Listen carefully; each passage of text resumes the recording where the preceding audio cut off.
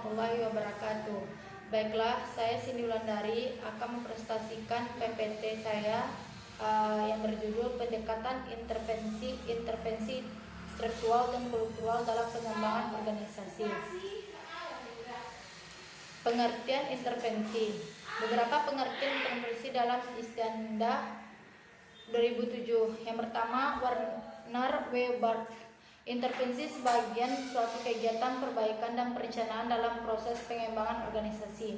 Yang kedua, Mokitjad. Istilah intervensi menunjukkan serangkaian kegiatan pragmatik perencanaan di dalamnya klien dan konsultan mengambil bagian selama perjalanan program pengembangan organisasi.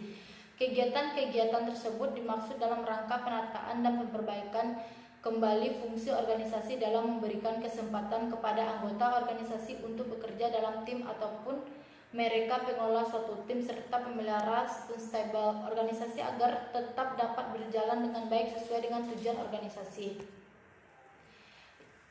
Yang ketiga, aggregate.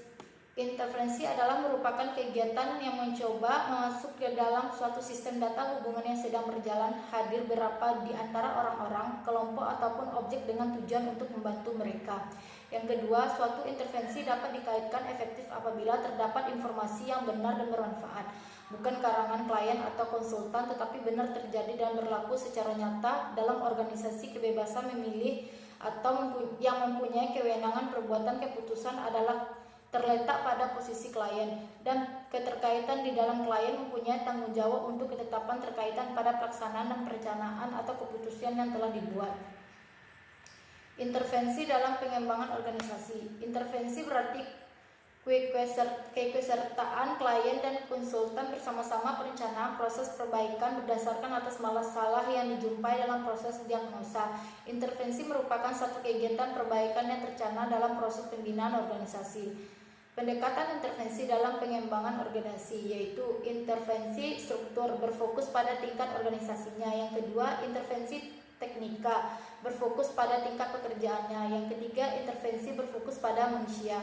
Intervensi struktural atau berfokus pada tingkat organisasinya yang melalui dengan menggunakan kegiatan intervensi struktural terdapat 3 hasil yang diharapkan akan dipetik, yaitu yang pertama, restrukturasi atau reorganisasi. Yang kedua, sistem imbalan baru. Yang ketiga, perubahan kultur organisasi.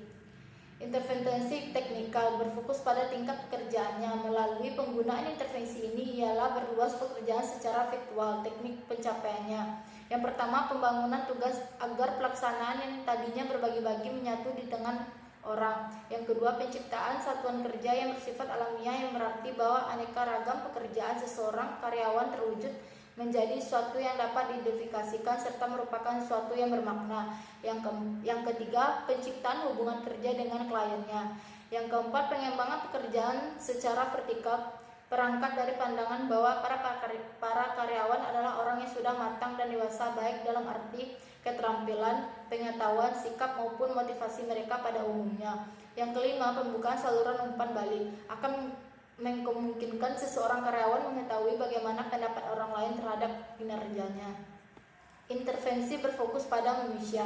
Pendekatan PO, pendekatan 5 bentuk spesifik intervensi yang berfokus pada manusia, yaitu yang pertama, pelatihan kepekaan. Yang kedua, umpan balik melalui survei. Yang ketiga, konsultan proses.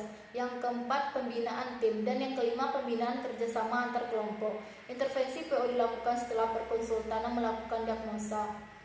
Diagnosa merupakan suatu proses menemukan penyebab pokok dari masalah organisasi. Sedangkan menurut Sondang Siagan, diagnosa merupakan suatu pendekatan yang sistematik terhadap pemahaman dan uraian kondisi organisasi sekarang.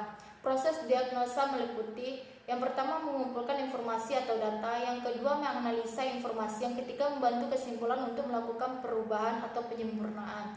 Kriteria suatu intervensi yang efektif dengan informasi yang benar dan bermanfaat, dengan kebebasan memilih, dengan keterikatan ke dalam perencanaan intervensi.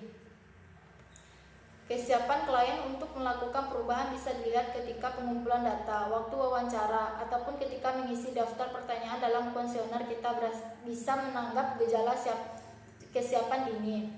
Yang kedua, kepastian bahwa perubahan tersebut masih dalam batasan kekuasaan dan kewenangan organisasi. Yang ketiga, kesiapan sumber-sumber internal untuk membantu memanage, memonitor, dan memelihara proses perubahan.